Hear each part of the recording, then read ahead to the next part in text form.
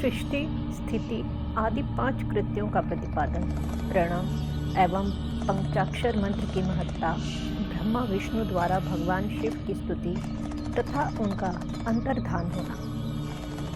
ब्रह्मा और विष्णु बोले, हे प्रभु, हम दोनों को सृष्टि आदि 5 कृत्यों का लक्षण बताइए। शिव जी बोले, मेरे कृत्यों को समझना अत्यंत गहन है, तथापि मैं कृपा पूर्वक तुम दोनों को उनके विषय में बता रहा हूँ। हे ब्रह्मा और अच्युत, सृष्टि, स्थिति, संहार, तिरोभाव और अनुग्रह, ये 5 ही मेरे जगत संबंधी कार्य हैं जो नित्य सिद्ध हैं। संसार की रचना का जो आरंभ है वह सर्ग है। मुझसे पालित होकर सृष्टि का सुस्थित रूप से रहना ही उसकी स्थिति कहा गया है। उसका विनाश ही संहार है। प्राणों का उत्क्रमण ही तिरोभाव है। इन सबसे छुटकारा मिल जाना ही मेरा अनुग्रह है। इस प्रकार मेरे 5 कृत्य हैं। इन मेरे कृत कर्तव्यों को चुपचाप अन्य पंचभूतादि वहन करते रहते हैं, जैसे जल में पड़ने वाले गोप और बिंब में आवागमन होता रहता है। सृष्टि आदि जो 4 कृत्य हैं वे संसार का विस्तार करने वाले हैं। 5वां कृत्य अनुग्रह मोक्ष का होता है। वह सदा मुझ में ही अचल भाव से स्थिर रहता है। मेरे भक्तजन इन 5 कृत्यों को 5 भूतों में देखते हैं। सृष्टि भूतल में, स्थिति जल में, संहार अग्नि में, तिरोभाव वायु में और अनुग्रह आकाश में स्थित है। पृथ्वी से सबकी सृष्टि होती है, जल से सबकी वृद्धि होती है, आग सबको जला देती है, वायु सबको एक स्थान से दूसरे स्थान को ले जाती है और आकाश सबको अनुग्रहित करता है। यह विद्वान पुरुषों को जानना चाहिए। इन 5 कृत्यों का भार वहन करने के लिए ही मेरे 5 मुख हैं। 4 दिशाओं में 4 मुख हैं और इनके बीच में 5वां मुख है। हे पुत्रों, तुम दोनों ने तपस्या करके प्रसन्न हुए मुझ परमेश्वर से भाग्यवश सृष्टि और स्थिति नामक 2 कृत्य प्राप्त किए हैं। ये दोनों तुम्हें बहुत प्रिय हैं। इसी प्रकार मेरे विभूति स्वरूप रुद्र और महेश्वर ने 2 अन्य उत्तम कृत्य, संहार और तिरोभाव मुझसे प्राप्त किए हैं, परंतु अनुग्रह नामक कृत्य कोई नहीं पा सकता। उन सभी पहले के कर्मों को तुम दोनों ने समयानुसार भुला दिया। रुद्र और महेश्वर अपने कर्मों को नहीं भूले हैं, इसलिए मैंने उन्हें अपनी समानता प्रदान की है। वे रूप, वेश, कृत्य, वाहन, आसन और आयुध आदि में मेरे समान ही हैं। हे पुत्रों, मेरे ध्यान से शून्य होने के कारण तुम दोनों में मूर्ता आ गई है। मेरा ज्ञान रहने पर महेश के समान अभिमान और स्वरूप नहीं रहता। इसलिए मेरे ज्ञान की सिद्धि के लिए मेरे ओमकार नामक मंत्र का तुम दोनों जप करो। यह अभिमान को दूर करने वाला है। पूर्व काल में मैंने अपने स्वरूपभूत मंत्र का उपदेश किया है, जो ओमकार के रूप में प्रसिद्ध है। वह महामंगलकारी मंत्र है। सबसे पहले मेरे मुख से ओमकार प्रकट हुआ, जो मेरे स्वरूप का बोध कराने वाला है। ओमकार वाचक है और मैं वाच्य हूँ। यह मंत्र मेरा स्वरूप ही है। प्रतिदिन ओमकार का निरंतर स्मरण करने से मेरा ही सदा स्मरण होता रहता है। पहले मेरे उत्तरवर्ती मुख से अकार, पश्चिम मुख से उकार, दक्षिण मुख से मकार, पूर्ववर्ती मुख से बिंदु तथा मध्यवर्ती मुख से नाद उत्पन्न हुआ। इस प्रकार 5 अवयवों से युक्त होकर ओंकार का विस्तार हुआ है। इन सभी अवयवों से एकीभूत होकर वह प्रणव ओम नामक एक अक्षर हो गया।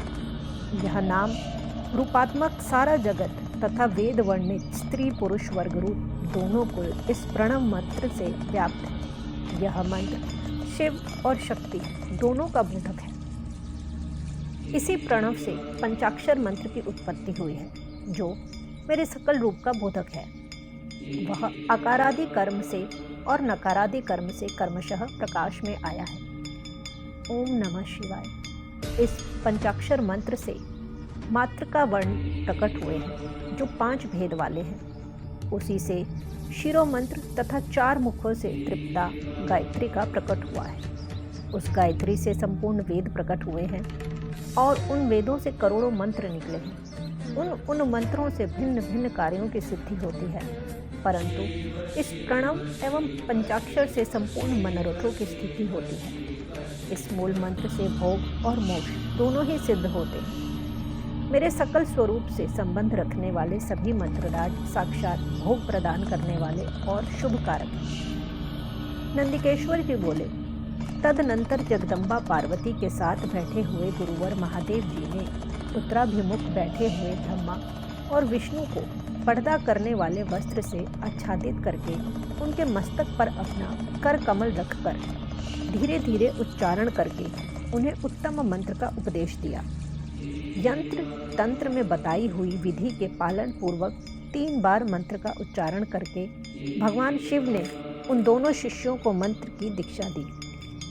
तत्पश्चात उन शिष्यों ने गुरु दक्षिणा के रूप में अपने आप को ही समर्पित कर दिया और दोनों हाथ जोड़कर उनके समीप खड़े हो उन देवश्रेष्ठ जगत गुरु का सत्वन किया। ब्रह्मा और विष्णु बोले, हे प्रभु, आप निष्कल रूप हैं, आपको नमस्कार है। आप निष्कल तेज से प्रकाशित होते हैं, आपको नमस्कार है। आप सबके स्वामी हैं, आपको नमस्कार है। आप सर्वात्मा को नमस्कार है अथवा सकल स्वरूप, आप महेश्वर को नमस्कार है। आप प्रणव के वाच्यार्थ हैं, आपको नमस्कार है। आप प्रणव लिंग वाले हैं, आपको नमस्कार है। सृष्टि, पालन, संहार, तिरोभाव और अनुग्रह करने वाले, आपको नमस्कार है। आपके 5 मुख हैं, आपको नमस्कार है।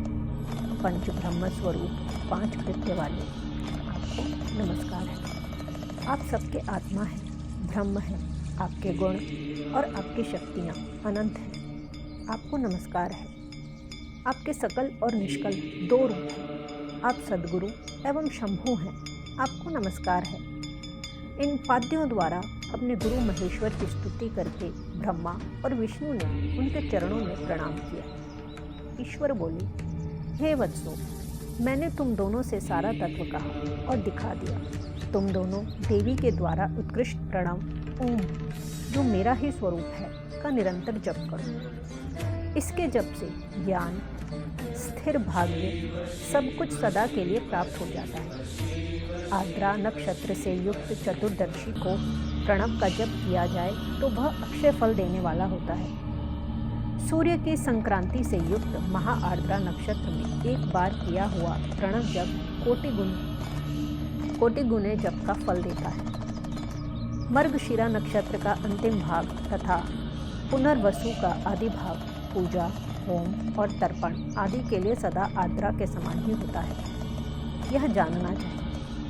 मेरा या मेरे लिंग का दर्शन प्रभात काल में ही प्रातः तथा संगम मध्याह्न काल में के पूर्व काल में करना चाहिए। मेरे दर्शन पूजन के लिए चतुर्दशी तिथि निशिथ व्यापिनी अथवा प्रदोष व्यापिनी लेनी चाहिए, क्योंकि परवर्तनी अमावस्या तिथि से संयुक्त चतुर्दशी की ही प्रशंसा की जाती है।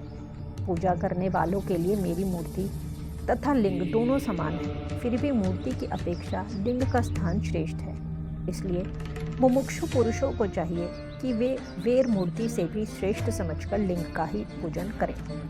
लिंग का ओंकार मंत्र से और वेर का पंचाक्षर मंत्र से पूजन करना चाहिए। शिवलिंग की स्वयं ही स्थापना करके अथवा दूसरों से भी स्थापना करवाकर उत्तम द्रव्यमय उपचारों से पूजा करनी चाहिए। इससे मेरा पद सुलभ हो जाता है।